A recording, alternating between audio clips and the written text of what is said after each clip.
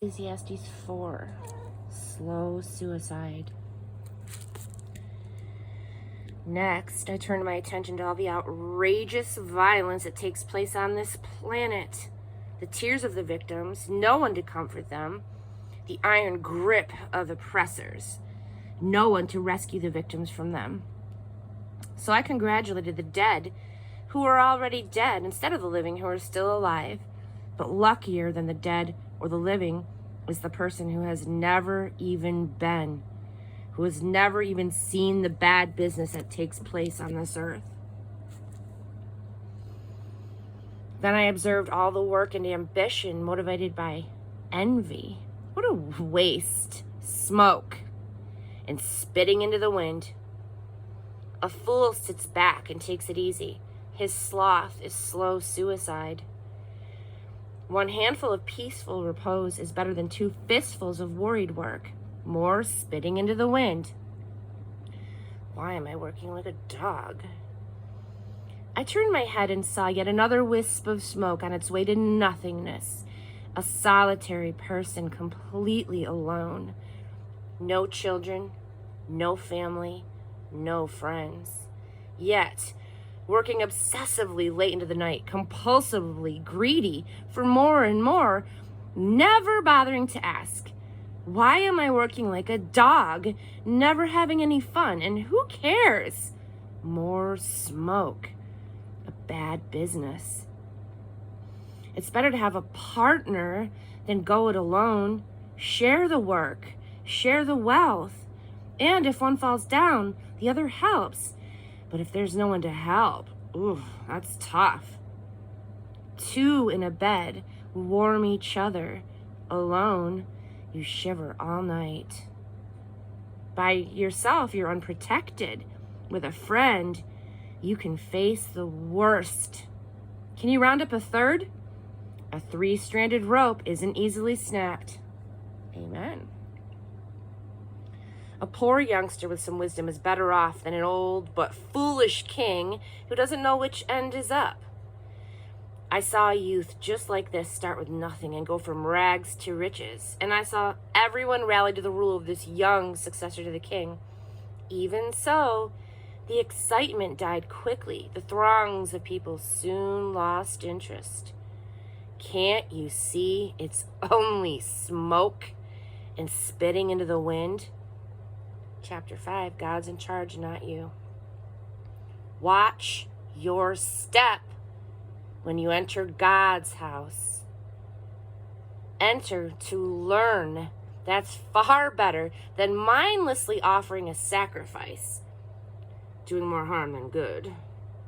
And don't shoot off your mouth or speak before you think.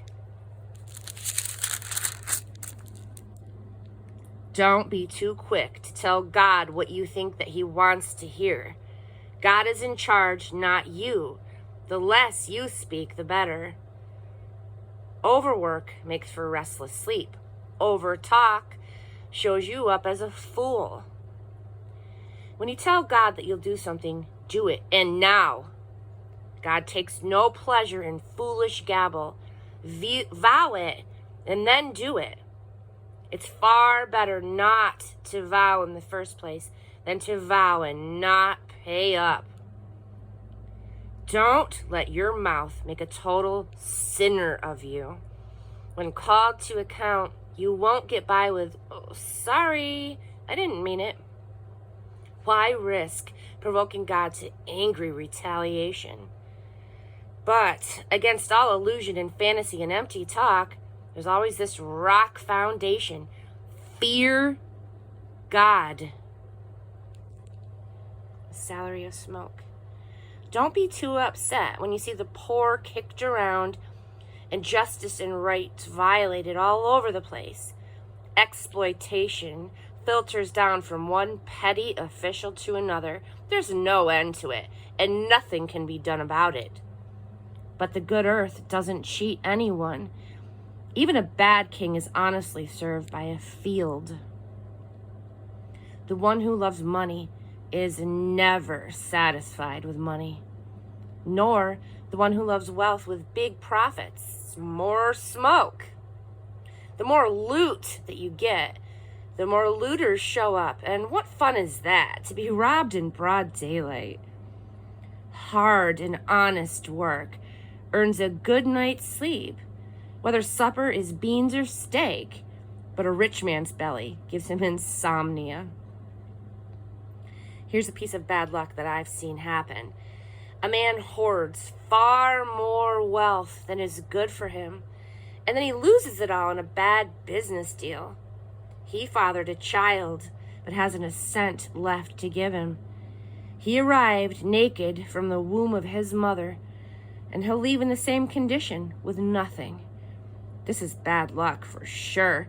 Naked he came, naked he went. So what was the point of working for a salary of smoke? All for a miserable life spent in the dark. Make the most of what God gives. After looking at the way that things are on this earth, here is what I have decided is the best way to live. Take care of yourself, have a good time, and make the most of whatever job you have for as long as God gives you life. And that's about it.